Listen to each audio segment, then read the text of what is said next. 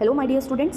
Students आज की class में मैं लेकर के आई हूँ फिजिक्स के कुछ टॉप 10 फार्मूलाज जो कि 9th क्लास से रिलेटेड है। 9th क्लास में जो फार्मूलाज फिजिक्स में जो फार्मूलाज आते हैं वो बच्चों को बहुत प्रॉब्लम क्रिएट करते हैं कि उनसे न्यूमेरिकल सॉल्व नहीं होते हैं। बट एक बार अगर आप फार्मूलाज को याद कर लोगे, उनको समझ लोगे, तो आप उनको इंप्लीमेंट करना भी आपको आ जाएगा कि न्यूमेरिकल के अंदर हम किस तरीके से इंप्लीमेंट करें। ठीक है, तो सबसे पहला फार्मूला आता है मोशन चैप्टर से, दैट इज स्पीड। अब स्पीड का फॉर्मूला क्या होता है? Distance upon time. ठीक है, डिस्टेंस अपॉन में टाइम। इसकी शॉर्ट जो इसका सिंबल होता है, स्पीड का v होता है, डिस्टेंस का d होता है एंड टाइम का t होता है। तो इसका फॉर्मूला क्या बन जाता है? डिस्टेंस अपॉन में टाइम, यानी v equal to d upon में t। तो ये फॉर्मूला होता है स्पीड का। अब स्पीड के बारे में कुछ इंपॉर्टेंट पॉइंट्स भी जान लेते हैं। तो speed is a scalar quantity. Scalar quantity का मतलब क्या होता है? जो स्पीड होता है वो सिर्फ और सिर्फ हमें ये बताता है कि कोई ऑब्जेक्ट कितने समय में कितनी दूरी तय कर रहा है। फॉर एग्जाम्पल, अगर एक कार है जो कि 1 आवर में 10 किलोमीटर तय कर रही है, तो ये इसकी स्पीड है कि उसने कितनी दूरी तय करी 1 घंटे में। ठीक है, तो स्पीड जो होता है वो क्या बताता है? डिस्टेंस बताता है कि उसने कितना समय में पूरा किया है। और ये स्केलर क्वांटिटी होती है। और दूसरा थर्ड पॉइंट कि जो स्पीड होता है इसको एक मेजर करने का हमारे व्हीकल्स में एक मीटर होता है जिसे हम स्पीडोमीटर कहते हैं। क्या बोलते हैं? स्पीडोमीटर। ठीक है, स्पीडोमीटर हमारे कार में, बाइसिकल में, बाइसिकल नहीं, जो हमारे बाइक होती है, स्कूटी होती है, इन सब में होता है हमारे व्हीकल्स में, ताकि वो हमें ये बताए कि हमारी जो कार है या हमारा जो व्हीकल है वो कितनी स्पीड तय कर रहा है। ठीक है, नाउ सेकंड जो फॉर्मूला है दैट इज वेलोसिटी। वेलोसिटी का फॉर्मूला होता है डिस्प्लेसमेंट अपॉन में टाइम। ठीक है, डिस्प्लेसमेंट को हम क्या लिखते हैं? स्मॉल s से डिनोट करते हैं एंड टाइम को t से डिनोट करते हैं और वेलोसिटी को भी हम v से डिनोट करते हैं। अब आप यहाँ नोटिस करोगे कि स्पीड को भी v से डिनोट कर रहे हैं और वेलोसिटी को भी v से डिनोट कर रहे हैं। वो ऐसा इसलिए होता है क्योंकि जो वेलोसिटी होती है it is also a kind of speed. लेकिन यहाँ पर सिर्फ एक डिफरेंस हो जाता है। क्या डिफरेंस होता है? कि स्पीड में हमें कोई डायरेक्शन नहीं बताया जाता है। ठीक है, स्पीड में हमें कोई डायरेक्शन नहीं बताया जाता है, लेकिन वेलोसिटी में हमें डायरेक्शन बताया जाता है। यानी कि अगर मैं एग्जाम्पल की उसी एग्जाम्पल की बात करूँ जो मैंने स्पीड में दिया था कि जो कार है वो 1 आवर में 10 किलोमीटर तय कर रही है। ठीक है, लेकिन नॉर्थ डायरेक्शन में कर रही है। किस डायरेक्शन में कर रही है? नॉर्थ डायरेक्शन में। तो यहाँ पर मैंने क्या करा? यहाँ पर मैंने स्पीड तो बताई है। ठीक है, मैंने स्पीड तो बताया है, लेकिन मैंने इसके साथ साथ डायरेक्शन भी बताया है। तो जब भी स्पीड के साथ आपको डायरेक्शन बताई जाएगी तो वो ऑटोमेटिकली वेलोसिटी होगी। ठीक है, वेलोसिटी याद रखिएगा, स्पीड प्लस डायरेक्शन क्या होता है? वेलोसिटी होता है। ठीक है, स्पीड प्लस डायरेक्शन वेलोसिटी कहलाता है। आई होप आपको ये दोनों डेफिनेशन समझ में आ गई होगी। और जो वेलोसिटी होती है it is a vector quantity, speed is a scalar quantity but velocity is a vector quantity because यहाँ पर डायरेक्शन बताया जाता है। तो वेक्टर क्वांटिटी ऐसी क्वांटिटीज होती हैं जो कि मैग्नीट्यूड के साथ साथ हमें डायरेक्शन भी बताती हैं। ठीक है, अब यहाँ पर डिस्प्लेसमेंट वर्ड आया है, डिस्प्लेसमेंट को भी हम डिस्कस कर लेते हैं। तो displacement is also a kind of distance, but हमें डिस्टेंस सिर्फ पाथ बताता है। डिस्टेंस क्या होता है? सिर्फ पाथ होता है कि जिस पाथ से ऑब्जेक्ट गुजरा है। ठीक है, सपोज करो एक पाथ है और जो पर्सन है वो यहाँ खड़ा है, वो यहाँ से यहाँ जा रहा है। ठीक है, तो वो डिस्टेंस यानी कि path cover by any object, this is called distance. लेकिन डिस्प्लेसमेंट क्या होता है? The shortest distance. Shortest distance का मतलब क्या होता है?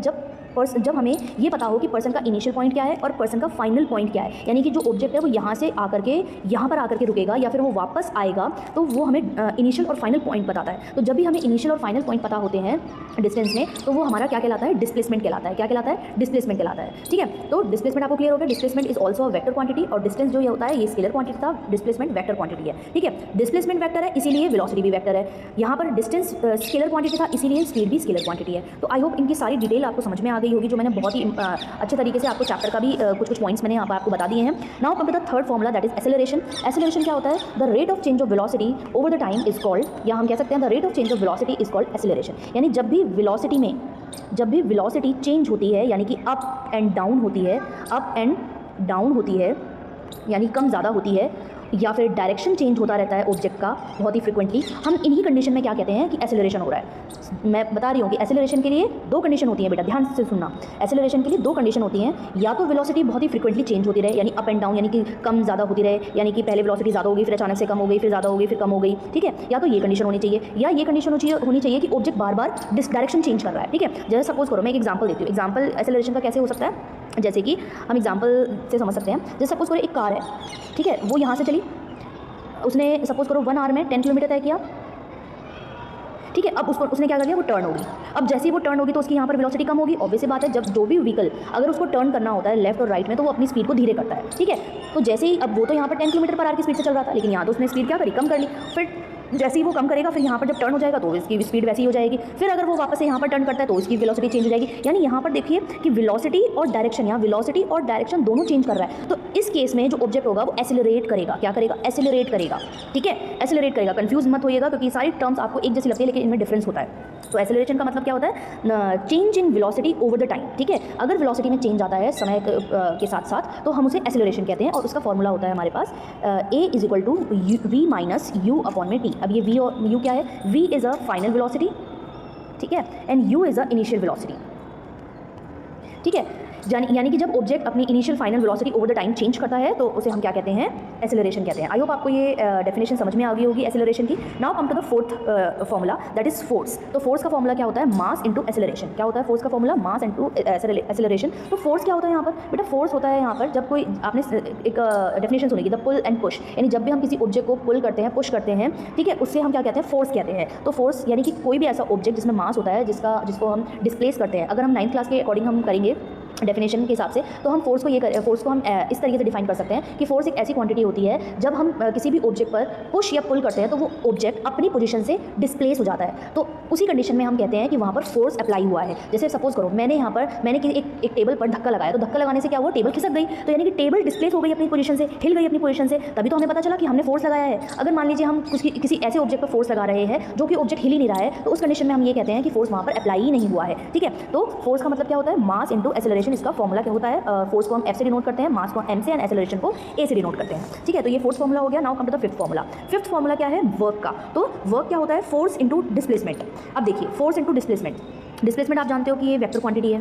ठीक है, फोर्स क्या है, force is also a vector quantity. क्यों, क्योंकि यहाँ पर एक्सेलरेशन है। जब एक्सेलरेशन वेक्टर क्वांटिटी है तो फोर्स ऑटोमेटिकली वेक्टर क्वांटिटी बन जाएगा। अब वर्क में हम यहाँ पर देख रहे थे कि वर्क का फॉर्मूला क्या होता है, फोर्स इंटू डिस्प्लेसमेंट। तो फोर्स एक वेक्टर क्वांटिटी है, डिस्प्लेसमेंट एक वेक्टर क्वांटिटी है, तो वर्क भी क्या बन जाएगा, ऑटोमेटिकली वेक्टर क्वांटिटी बन जाएगा। और वर्क का फॉर्मूला होता है W equal to F into S। अब ये इसका मतलब क्या हुआ, यानी कि सपोज करो यहाँ पर आपको एग्जाम्पल दिख रहा है कि एक पर्सन है, वो एक पुली है, उसको पुली कार्ट है जो उसको सामान लेकर के जा रहा है। ठीक है, तो जो ये फोर्स लगा रहा है, जो ऑब्जेक्ट है वो फोर्स लगा रहा है, उस फोर्स की वजह से जो पुली है वो क्या हो रही है, आगे की तरफ फॉरवर्ड डायरेक्शन में चल रही है। तो इस कंडीशन में हम क्या कहते हैं कि जो ऑब्जेक्ट है इस पर वर्क डन हो रहा है। ठीक है, यानी जब भी हम किसी ऑब्जेक्ट पर फोर्स लगाते हैं और वो ऑब्जेक्ट अपनी पोजीशन से डिस्प्लेस हो जाता है, हम उसी कंडीशन में कहते हैं कि वहाँ पर वर्क डन अप्लाई हुआ है।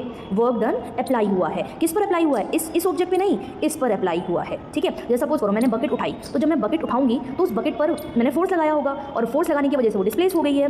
तो डिस्प्लेस होने की वजह से उस पर हम क्या कहेंगे कि जो बकेट है उस पर वर्क डन हुआ है। क्या हुआ है, वर्क डन हुआ है। ठीक है, तो फिफ्थ फॉर्मूला भी आपको समझ में आ गया। Now come to the sixth formula that is power. तो पावर का फॉर्मूला होता है वर्क अपॉन टाइम, यानी कि कितना, मतलब कितने समय में कोई भी एनर्जी कितना वर्क कर रही है उसे हम क्या कहते हैं, पावर कहते हैं। अब यहाँ पर एक एग्जांपल दिख रहा है, जैसे सपोज करो मैंने 1 घंटे से बल्ब जला के रख रखा है, तो 1 घंटे से जो बल्ब जल रहा है, यानी कि जो बल्ब है वो कितनी हीट एनर्जी को कंज्यूम कर रहा है, कितनी पावर को कंज्यूम कर रहा है, वो उसकी क्या कहलाती है, पावर कहलाती है। यानी सपोज करो मैंने एक AC चला रखी है, तो वो 1 घंटे से AC मैंने चला रखी है, तो 1 घंटे से जो AC चलाऊंगी, यानी कि उस AC पर जो वर्क डन हो रहा है 1 घंटे से, वो उसकी क्या कहलाता है, पावर कहलाता है। ठीक है, आई होप आपको ये समझ में आ गया होगा। पावर का फॉर्मूला होता है W अपॉन में T, पावर को P से डिनोट करते हैं। Now come to the next formula that is kinetic energy. Kinetic energy का मतलब फॉर्मूला होता है half into mv square. m का मतलब होता है मास, v का मतलब होता है वेलोसिटी। तो काइनेटिक एनर्जी क्या होती है, द मूवमेंट ऑफ पार्टिकल्स। ठीक है, जो हमारी एयर में जैसे पार्टिकल्स मूव करते रहते हैं, तो वो काइनेटिक एनर्जी शो करते हैं हमेशा। जैसे हमारी डस्ट पार्टिकल है, वो हर टाइम हमारी एयर में मूव करते रहते हैं। ठीक है, वाइब्रेट करते रहते हैं, मूव करते रहते हैं, एक जगह से दूसरी जगह चले जाते हैं। एयर पार्टिकल्स होते हैं, गैशियस पार्टिकल्स होते हैं, वो एक जगह से दूसरी जगह चले जाते हैं। तो जो मूवमेंट ऑफ पार्टिकल्स होता है, तो उसे हम क्या कहते हैं, काइनेटिक एनर्जी कहते हैं, और उसका फॉर्मूला होता है हाफ mv स्क्वायर।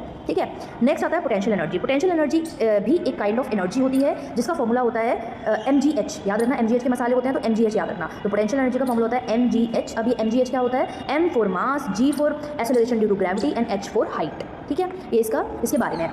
अब पोटेंशियल एनर्जी होता क्या है, देखो बेटा, पोटेंशियल एनर्जी का मतलब होता है, जैसे मैंने काइनेटिक एनर्जी का मीनिंग बताया था, सेम उसी तरीके से पोटेंशियल एनर्जी का मतलब क्या होता है, जैसे कि सपोज करो डैम है। ठीक है, डैम में पानी रखा हुआ है, तो जो डैम के अंदर वाटर रखा हुआ है, ठीक है, उसके अंदर क्या है, स्टोरिंग, यानी कि उसने क्या कर रखा है, पावर को उसने क्या कर रखा है, स्टोर कर रखा है, एनर्जी को स्टोर कर रखा है। ठीक है, किसको कर रखा है, एनर्जी को स्टोर कर रखा है, किस फॉर्म में, पोटेंशियल एनर्जी की फॉर्म में। ठीक है, तो ऐसी एनर्जी को जो कि स्टोर होती है उसे हम क्या बोलते हैं, पोटेंशियल एनर्जी बोलते हैं। जैसे सपोज करो एक और एग्जाम्पल लेते हैं, जैसे आपने को देखा होगा जब हम तीर कमान चलाते हैं। ठीक है, जब जैसे हम किसी चीज़ को, अच्छा गुलेर देखा होगा, जैसे हम पक्षियों को पत्थर के निशाने से हम मारते हैं, या किसी चीज़ को डिस्टर्ब करते हैं, या फिर हम तीर कमान चलाते हैं। तो जो तीर कमान चलाते हैं, तब वो जो हमारी जो स्ट्रिंग होती है, जो हमारी बो की जो स्ट्रिंग होती है, यानी कि जो हमारे पास तीर कमान होता है, कमान जिसे हम बोलते हैं उसे बो बोलते हैं, तो बो का जो धागा होता है, स्ट्रिंग होती है, जब हम उसको पीछे खींचते हैं, तो जब पीछे खींचते हैं, जैसे सपोज करो ये क्या है, बो है।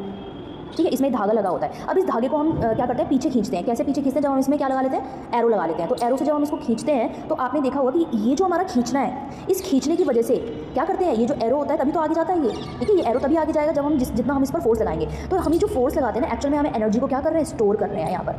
तो जितनी एनर्जी यहाँ पर स्टोर होगी इस स्ट्रिंग के अंदर, ये उतनी ही तेज़ी से इस एरो को क्या करेगा, आगे फॉरवर्ड डायरेक्शन में भेजेगा। ठीक है, तो आई होप आपको पोटेंशियल एनर्जी का एग्जाम्पल भी समझ में आ गया होगा। ऐसे बहुत सारे एग्जाम्पल है, कोई एक नहीं है, बहुत सारे एग्जाम्पल है, और आपको और भी एग्जाम्पल्स जानने हैं तो आप मेरी वीडियोज़ को चेक करें या मेरी चैनल पर विजिट करें, ठीक है।